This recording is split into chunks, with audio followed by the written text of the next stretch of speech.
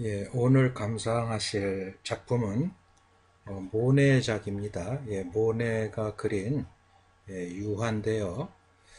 유화 같은 경우도 일반 캔버스, 천으로 만들어 놓은 캔버스에다가 표면에 이제 그 제소칠을 하죠. 제소라고 해서 천의 어떤 그런 그 일반 천은 왜 그 물이 흡수가 잘 되고 붓질을 거기에 이제 물감을 칠하더라도 붓질이 잘 안 되죠. 그 물감 같은 게 다 흡수되고 그러기 때문에 그런 그 막을 형성하기 위해서 제소 하얀색으로 된 제소칠을 합니다. 그러고 나서 그 위에 이제 물감을 칠하는데 제소도 이제 사람에 따라서는 캔버스 천의 올이 좀 거칠기 때문에 그 올을 그 거친 맛을 없애기 위해서 한 세 번 정도 덧칠을 하죠. 그럼 이제 표면이 아주 어느 정도 이제 매끈해지니까 붓질이 부드럽게 잘 나갑니다. 물론 뭐 제소칠을 안 하고 그리는 사람도 있지만 특별한 효과를 위해서 이제 그렇게 하는 것이고 일반적으로는 이제 제소칠을 하고 우리가 유화를 그리기 위해서 이제 캔버스를 사더라도 캔버스는 제소칠이 기본적으로 되어 있긴 하지만 좀 얇게 되어 있어서 취향에 따라서 아주 사실적인 표현을 하는 사람들 같은 경우는 뭐 대여섯 번도 칠하고 그러고 나서 또 이제 빼바로 문질러서 그 오도토트한 천의 질감을 없이 해서 아주 매끄러운 느낌을 준다면 아주 사실적인 표현도 가능해지는 것이죠. 예, 이 당시에 이제 그 모네가 그림을 그릴 때는 요즘처럼 그렇게 캔버스 천에 제소칠이 잘 되어 있는 것도 아니고 또 물감도 튜브에 넣어서 판 것도 아니고 그러기 때문에 모네는 물감을 안료를 사가지고 린시드에다가 이제 직접 개가지고 물감을 만들어서 쓰던 그 시절이죠.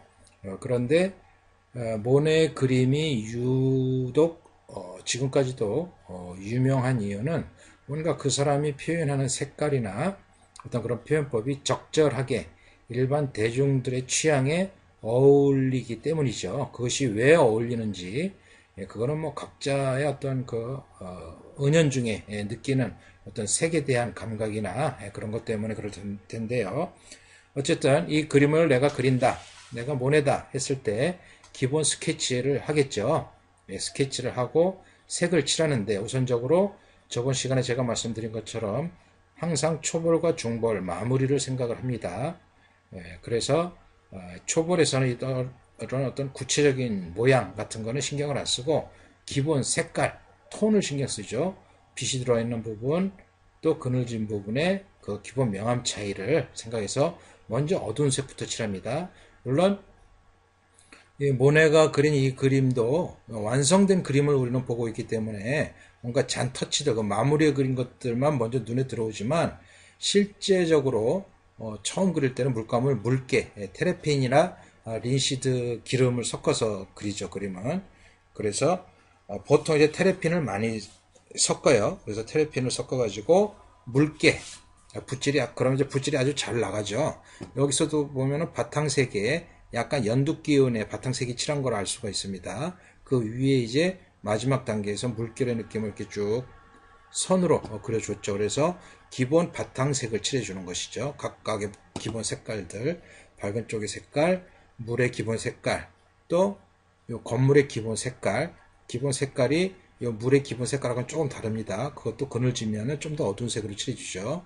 그렇게 해주고 그렇게 한번 칠해주고 나서 또 그 위에 덧칠을 곧바로 하려고 하면 물감이 안 말랐기 때문에 제대로 된 색이 안 나와요. 이것은 유화는 기름으로 그리는 거라서 유화로 한번 붓질을 하면 밑에 기름기가 있으면은 상식적으로 그 위에 물감이 잘 안 들어가는 것은 당연히 알겠죠. 그렇게 해서 뭔가 1시간이나 2시간 정도 이제 어느 정도 테레핀은 보통 휘발성이 좋기 때문에 금방 말라요. 그래서 한 1시간 정도 지나면 휘발이 되기 때문에 그 위에 또 좀 더 두껍게 물감을 올리면 물감이 먹는 것이죠. 그 시간을 기다리든가 아니면 요즘 같은 경우는 이제 속건제라고 좀 더 빨리 마르는 그런 기름이 있어요. 그걸 섞어서 아주 묽게 아주 부담 없이 툭툭 칠해주면서 사사로운 걸 신경 쓰지 않고 큰 덩어리들을 크게 이 당시에 모네가 그랬을 때는 그런 건조제를 안 쓰고 테레핀을 써가지고 또 어느 정도 물감이 이렇게 묵지는 않고 좀 뻑뻑한 상태에서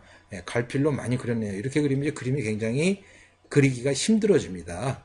그걸 좀 감안을 해서, 물론 이 당시 화가들도 그런 어떤 그 그림이 빨리 그릴 수가 없다라는 그런 것 때문에 그걸 해결하기 위해서 많이 고민들을 했지만, 어쨌든 간에 초벌칠을 하고 그것이 마를 때까지 기다려서 다시 중보를 해야 된다라는 것을 깨닫기까지는 많은 시간이 걸렸을 겁니다.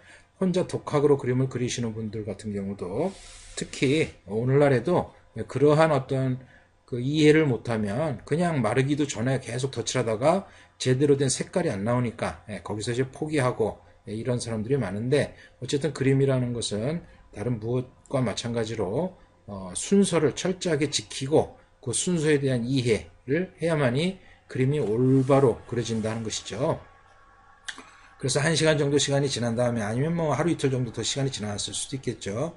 그러고 나서 이제 중보를 칠하는 것이죠. 기본적으로 바탕칠을 한 위에 중보에서는 좀 더 전체적인 큰 그룹에서 빛과 어둠의 관계, 그리고 큰 덩어리, 기본 색깔들, 그런 것들을 툭툭 칠해줍니다.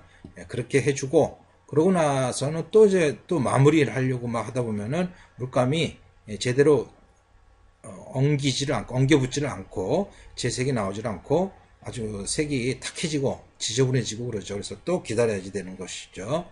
그래서 1시간이나 2시간 또 기다린 다음에 이제 물감을 좀 더 기름을 좀 덜 써서 두껍게 해서 이제 마무리를 하는 것이죠. 묘사라든가 뭔가 기본적인 면과 면의 덩어리, 그런 것들을 감안해서 붓도 큰 붓, 처음에 초벌에서는 큰 붓을 쓰지만 중벌에서는 좀 더 작게, 그리고 마무리에서는 뭐 세필도 쓰고 아주 작은 붓을 써서 묘사를 해야 되니까요. 그렇게 해서 이런 물에 찰랑거리는 느낌이라든가, 그것도 찰랑거리는 것도 보이는 그대로 그리는 게 아니라 언뜻 봐서 밝은 톤과 어두운 톤을 분류해서 물이면 물의 특성을 감안해서 그림을 그려주는 것이죠. 그리고 마지막에 하이라이트 같은 거 표현해주고, 뭔가 자기가 느끼는 그 인상의 색깔들을 이렇게 표현을 해주고 그림을 마무리를 하는 것입니다. 자, 그림을 그릴 때는 어떤 그 구도라는 게 또 중요하죠. 아무렇게나 그리는 것이 아니라 우리가 사진을 찍을 때 사진의 그 각도, 앵글을 보면서 찍어야지 무작정 찍는다라는 것은 참 의미가 없습니다. 그런데 보통 요즘에 일반 대부분의 사람들은 그냥 무작정 자기가 좋다 저것이, 그러면 거기에 대한 구체적인 어떤 줌의 크기나 이런 거를 감안하지 않고 무작정 찍어버리는 경우가 많은데, 그렇게 사진을 찍어선 뭔가 효과적인 구도를 잡을 수가 없습니다. 이 그림도 여기 경계로 건물과 물과의 그 경계, 그래서 이 비례 관계, 또 여기에서 이 크기와 여기서 이 넓이의 서로의 어떤 그런 그 비례 관계를 계산을 하죠.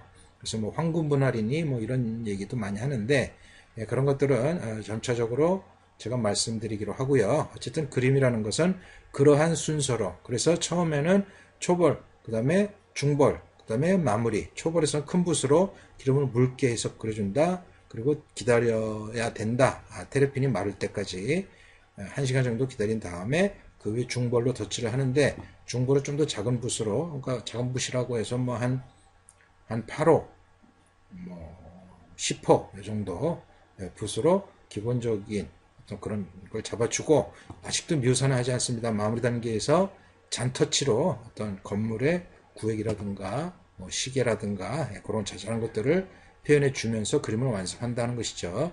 물론 실제 우리가 봤을 때는 이 베니스의 이 배 같은 경우도 아래쪽은 좀 더 진해졌을 텐데, 그런 음영 같은 경우로 실제 보이는 대로 하지 않고 모네가 보고 느꼈던 만큼의 표현법으로 해줬죠. 만약에 이거를 그 배를 더 자세하게 해주기 위해서 밑을 진하게 해줬다면은 시선을 끌었을 거예요. 그렇다면 전체 다른 쪽에 대한 시선이 또 분화되기도 하고, 그런 걸 감안을 해서 적절한 색깔, 톤으로 그림을 완성했다는 것이죠. 여기까지 해서 모네의 그림을 감상해 봤습니다.